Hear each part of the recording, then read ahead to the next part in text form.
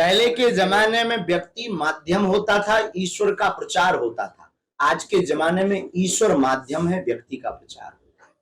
और बजरंग बली के ऊपर बैन लगाना या बजरंग दल एक विचारधारा हो सकती है, विचारधारा में तरह तरह के लोग हो सकते हैं, लेकिन हनुमान जी के नाम पर बैन नहीं लगा सकते हैं आप हमारे राष्ट्र में।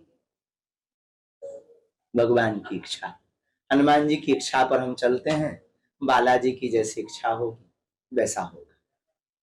हिंदू राष्ट्र पर जो बयान आप देते आए हैं, हिंदू राष्ट्र क्या जिस तरह की स्थिति बन रही है तो घोषित होने वाला है। ये हमारा कोई नया बयान नहीं है या कोई नई तरकीब नहीं है, या कोई हमको फेमस होने के लिए हमने कोई फेम पकड़ रखा है। हमने तो महाराष्ट्र के ही वीर, महाराष्ट्र की ही धरोहर और समूचे भारतवर्ष की शान छत्रपति वीर शिवाजी महाराज का जो हिंदवी राज्य की स्थापना का संकल्प था, उस संकल्प को दोहराया है। उस संकल्प को हमने सिर्फ बताया है कि भारत के हिंदू अगर तुम भूल गए हो तो बस अब जग जाओ। जो पूर्व काल में, पूर्व समय में हिंदवी राज्य की स्थापना की बात हो रही थी, हमने उसे हिंदू राष्ट्र के साथ प्रस्तुत किया है।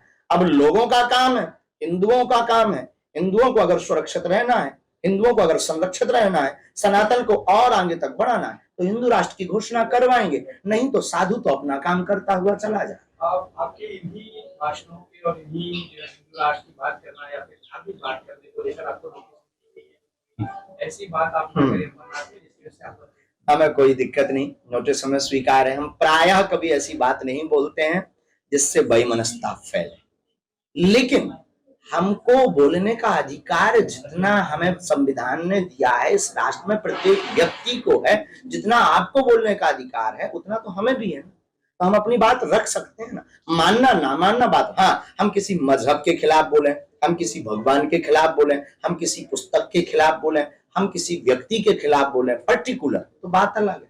हिंदू राष्ट्र एक बहुत बड़ा विषय है और हमें नहीं लगता कि ये वैमनस्यता। हमारे हिंदू राष्ट्र में मुसलमानों को भागने की आवश्यकता नहीं, ईसाइयों को भागने की आवश्यकता नहीं, हमारे हिंदू राष्ट्र में किसी को भी राष्ट्र छोड़ने की आवश्यकता नहीं, हमारे हिंदू राष्ट्र में किसी को भी धर्म घर वापसी कराने की भी आवश्यकता नहीं।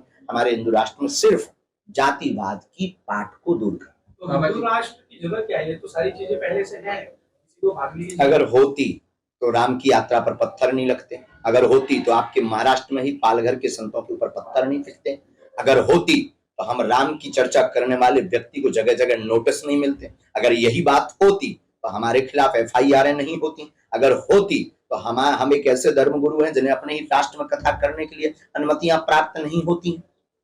फिर आप ये कैसे कल्पना करेंगे कि ये हिंदू राष्ट्र है घोषित हो जाए तो हमें लगता है राम की ऊपर पत्थर नहीं फेंके।